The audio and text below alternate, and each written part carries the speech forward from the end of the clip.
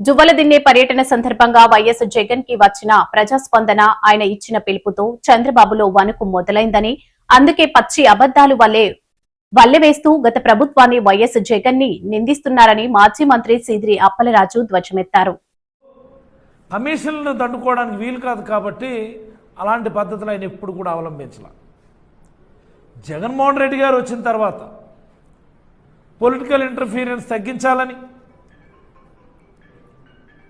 Beneficiary అనేటటువంటి వ్యక్తికి నేరుగా లబ్ధి చేకూర్చాలని ఈ డైరెక్ట్ బెనిఫిట్ ట్రాన్స్ఫర్ అన్నటువంటి విధానాన్ని తీసుకొని వచ్చారు. ఈరోజు ఎవరు కూడా దాని నుంచి వెనక్కి వెళ్ళడానికి అవకాశం లేనటువంటి పరిస్థితి కూడా ఈరోజు జగన్మోహన్ రెడ్డి గారు కల్పించారు. That is Jaganmohan Reddy sir. మీరు ఎన్నికల హామీ చెప్పారు, మీరు 10,000 నుంచి 20,000 చేస్తామని. సంతోషం, గెలిచారు కాబట్టి 20,000 ఇవ్వాల్సిందే. మరి 1 ఇయర్ ఎగ్గొట్టారు కదా. 24-25 సంవత్సరానికి ఇవ్వాల్సినటువంటి మత్స్యకార భరోసా, మీ మాటలో చెప్పాలి అంటే మత్స్యకార సేవలు మీరు వేశారా?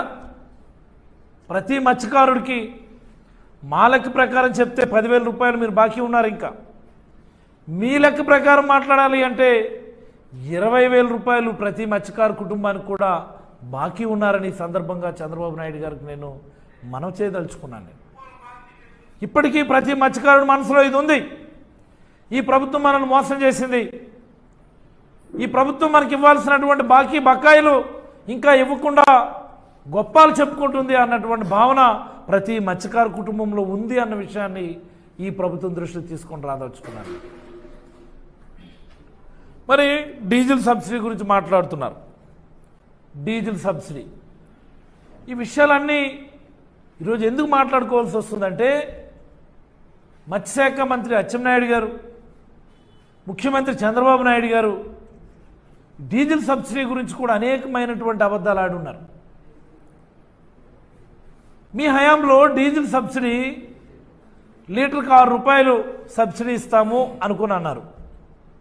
అచ్చెన్నాయుడు గారు, మీ దగ్గర రికార్డ్స్ ఉంటాయి, మీ సెక్రటరీకో మీ ఫిషరీస్ కమిషనర్కో ఒకసారి అడగండి, నిజంగా ఎంతమందికి మీరు డీజిల్ సబ్సిడీ ఇచ్చారు?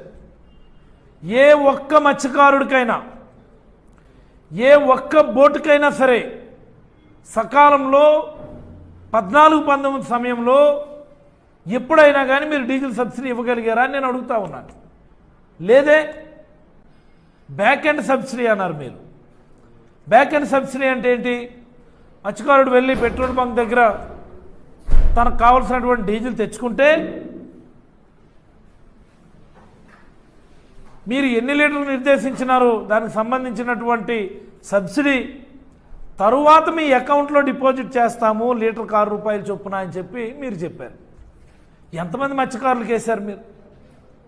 ఎప్పుడు వేశారు మీరు? ఎవరికైనా వేశారా అని అడుగుతున్నాను నేను. మీరు పెట్టినటువంటి బకాయిలన్నింటినీ కూడా జగన్మోహన్ రెడ్డి గారు వచ్చి వాళ్ళందరికీ కూడా బకాయిలను క్లియర్ చేశాం. మేము క్లియర్ చేశాం. మరి ఈ బ్యాక్ అండ్ సబ్సిడీలు అన్నటువంటి దుకాణాలు ఉండకూడదని, మత్స్యకారుడికి నేరుగా లబ్ధి జరగాలని ఫ్రంట్ అండ్ సబ్సిడీ కింద హెచ్ఎస్డి ఆయిల్ సబ్సిడీ ఇచ్చాం మనం. అంటే వాడికి ముందస్తుగానే ఒక కార్డు ఇచ్చాం.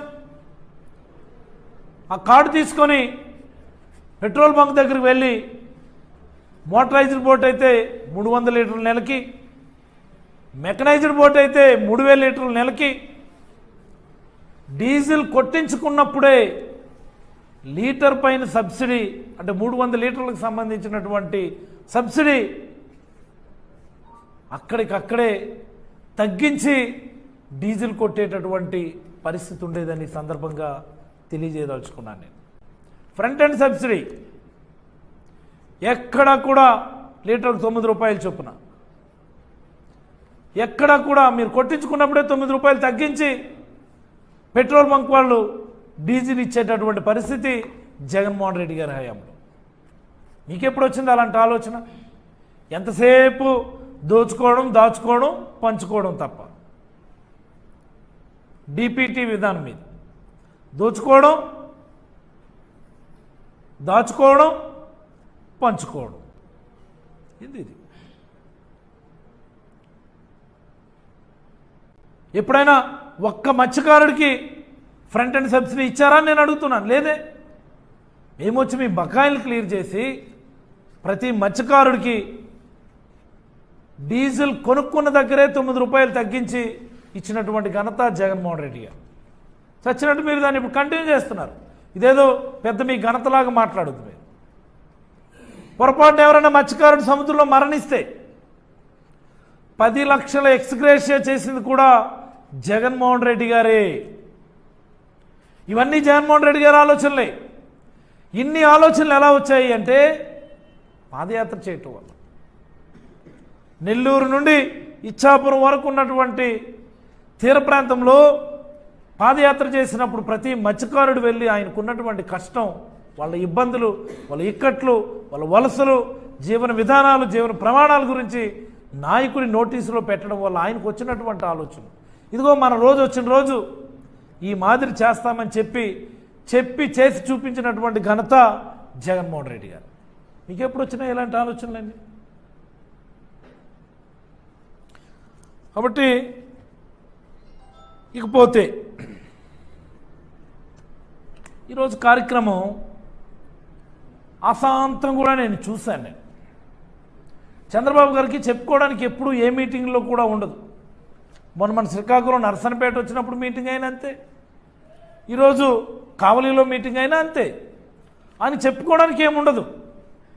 మొదలుపెట్టి జగన్నామస్మరణ మొదలుపెట్టేస్తారు. ఇంకా జగన్నామస్మరణ జగన్మోహన్ రెడ్డి గారి గురించి మాట్లాడకపోతే